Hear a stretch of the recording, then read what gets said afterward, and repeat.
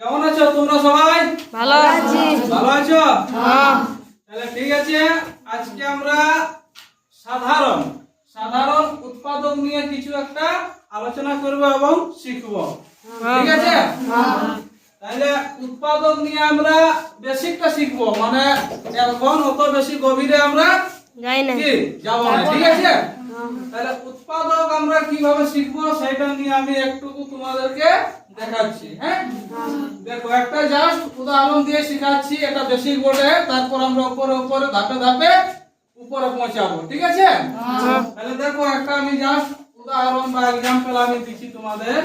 দেখো যদি আমি একটা एग्जांपल দিই, a স্কয়ার প্লাস 12 প্লাস 35। ঠিক আছে? এটাকে আমরা কিভাবে উৎপাদক করব? ঠিক আছে? আমাদের প্রথম নিয়ম থাকবে কি না, যে এই যে 35টাকে আমাদেরকে কি ভাঙতে হবে। হ্যাঁ, বা লসাগু করতে হবে। হ্যাঁ, যে 35টাকে আমাদেরকে এমন সিস্টেমের মধ্যে আনতে হবে যে দুটো সংখ্যা দিয়ে গুণ করলে 35 এবং যোগ করলে যাতে 12 হয়।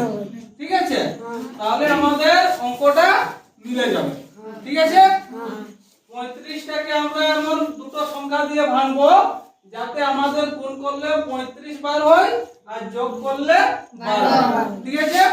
আমি যখন সাইডে করে দিচ্ছি, দেখো 35টাকে যদি আমরা করি 5 এ দিই, ঠিক আছে, 5 7 35, তো 5 7 35 হচ্ছে, আর 7 আর 5 যোগ করলে কত হচ্ছে?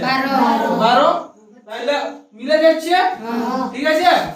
তাহলে এরপর আমরা করব, তাহলে কি করব, দেখো a square plus a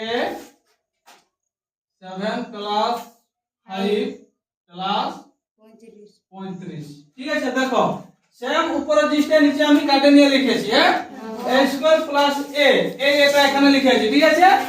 7 plus 5, হ্যাঁ, প্লাস 35।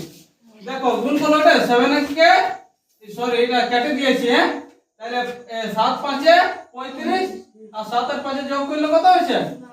12 হচ্ছে তো? কোনো অসুবিধা নেই? ঠিক আছে, এরপর আমরা লিখছি এর সাথে a স্কয়ার প্লাস এর সাথে গুণ করে দিচ্ছি। ঠিক আছে? 7a প্লাস 5a প্লাস কত আছে? 35 আছে তো? ঠিক আছে, এরপর আমরা কি করব, এত দূর তো ক্লিয়ার? এই যে নিচের যে লাইনটা হলো, লাইনটা বুঝেছো তো? এই লাইনটা এসেছে কোথা থেকে? a square plus 7x K